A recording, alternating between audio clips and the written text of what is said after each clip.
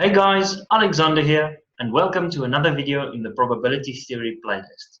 In this video, I will be covering what you need to know about continuous random variables and some of the continuous distributions that you will encounter in this playlist. So let's start off with a continuous random variable. Continuous random variables take on any value in an interval or more.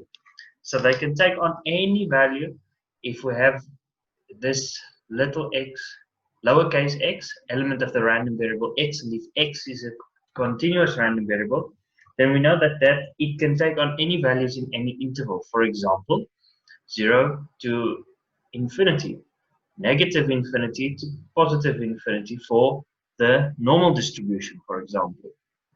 So continuous random variables take on any value in an interval. And they have something called a probability density function.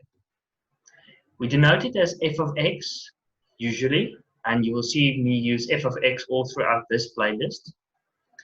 And this f of x is greater than or equal to 0 for all x element of the real numbers. So all this means is the probability, which is what that f of x returns, that probability density function's value, it's always going to be greater than or equal to 0. Because it's a probability, it can only be greater than or equal to 0, and it's going to be the integral over all of those probabilities are going to resolve to 1. The integral of the PDF, the probability density function of the entire support, will always result in an answer of 1. Remember that result because it will prove very helpful to derive moment generating functions as well as prove the mean and variance of various continuous distributions. Now that we've covered the probability density function, I'd like to go and cover the cumulative distribution function, which is still the same idea as what it was for the discrete random variables. We're accumulating probabilities from some value up to a value of interest. And in this case, the value of interest is a. Now you'll see that in certain textbooks, this integral is instead written as the integral from negative infinity to a of f of x dx, and this is equal to the probability that the random variable x is less than or equal to a. And these two are the same. The only difference is that I prefer specifying as it's more technically as the minimum of your support, so the min of your support, because you're only starting to accumulate probability from the lowest value of your support. Your support may not necessarily be negative infinity, and if you're going to integrate from negative infinity all the way up to until that value of interest, there are going to be a large area of values that you're accumulating that don't have any probability. So you're adding 0, 0, 0, 0, 0. You're integrating over all of that area, and there's no need for that really. You only need to integrate from the minimum value of your support up to the value of interest. And then that will give you the probability that the random variable x is less than or equal to some realized value a. So that's what the cumulative distribution function does. For continuous random variables, the expected value is given by the following. The expected value of the random variable x is equal to the integral over the entire support of x times the PDF of the random variable x. Okay? And we integrate dx. Don't forget your dx because you will lose marks if you don't have your proper integration rules there. And lastly, the variance is defined much the same as what it is for the discrete distribution. We've only changed the summation operator to an integral, and we've changed the probability mass function to the probability density function. So we have the PDF, and over here we have an integral instead of a summation. And we know that the shortcut formula for the variance, as derived in the previous video covering the discrete distribution, is equal to the expected value of x squared minus the square of the expected value of x. And I'm going to show it to you over here. So let's follow this definition, the first one. Let's use it and go derive that shortcut formula from it. So the integral over the entire support of, let's expand this, so it becomes x squared minus 2 times the expected value of x times x plus the x square of the expected value of x. And all of this times f of x dx. So let's multiply out these brackets, the contents of these brackets. So what we end up with is the integral over the entire support of x squared f of x dx minus 2 times the expected value of x times the integral over the entire support of x f of x dx. And lastly, we will add plus the square of the expected value of x times the integral over the entire support of f of x dx. Now, in the previous slide, we saw that the integral over the entire support of the PDF evaluates to 1. This over here is simply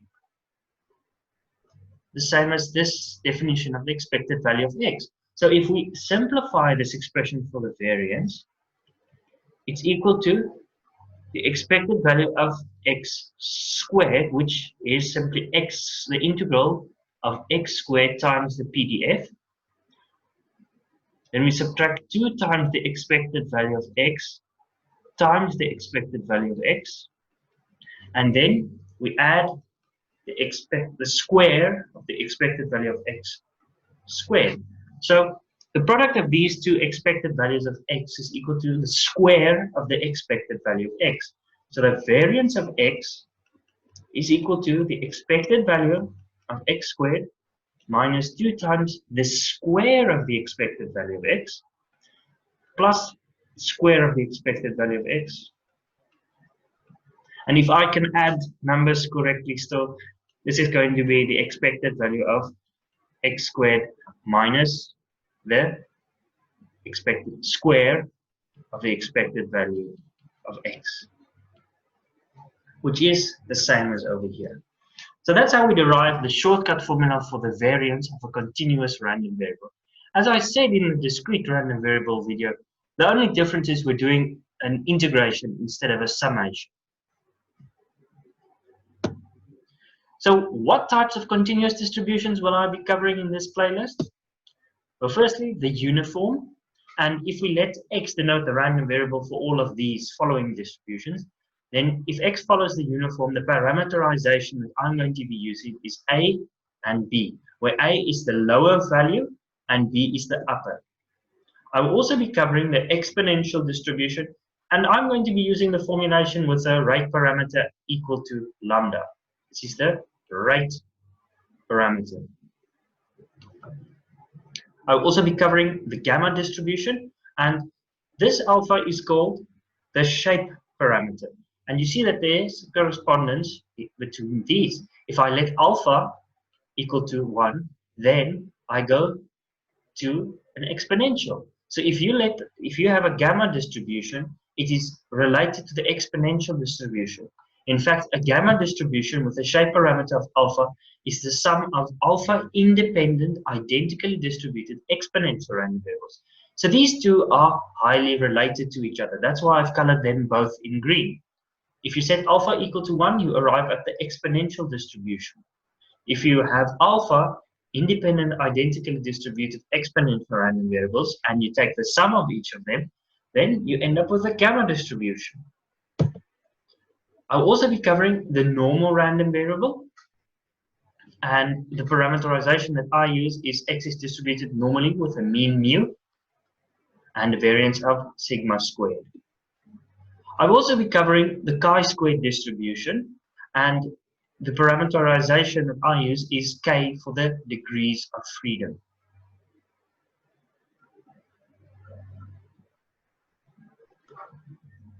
Okay, and you'll notice both of these are colored the same color, blue.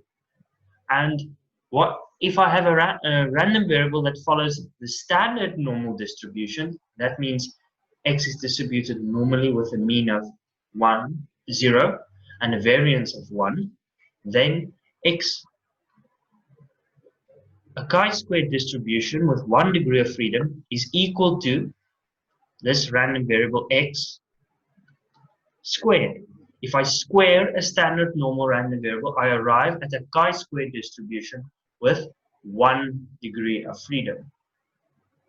Okay, so that's how you can see the relation between the normal and the chi-squared, the exponential and the gamma, and they also see that we will be covering the uniform distribution. Now there are further links. We can go from an exponential to a chi-square. We can go from a gamma to a chi-squared. And there are various limiting theorems that exist to cover all of these. But in this playlist, I will mainly be focusing on the uniform distribution, exponential distribution, gamma distribution, normal distribution, and the chi-square distribution for the continuous distributions. I will be commenting on the links about these and how we can arrive at the other results and how we should view these distributions in this playlist. So don't worry about that. Thank you very much for watching. I hope I've given you an enticing introduction to the continuous distributions and that I can motivate you to pursue your studies in statistics in a fun and interesting manner. Thank you very much for watching. Remember to like and subscribe if you enjoyed the video and also to ring the notification bell if you'd like to be informed of when I upload a new video. Boer Commander out.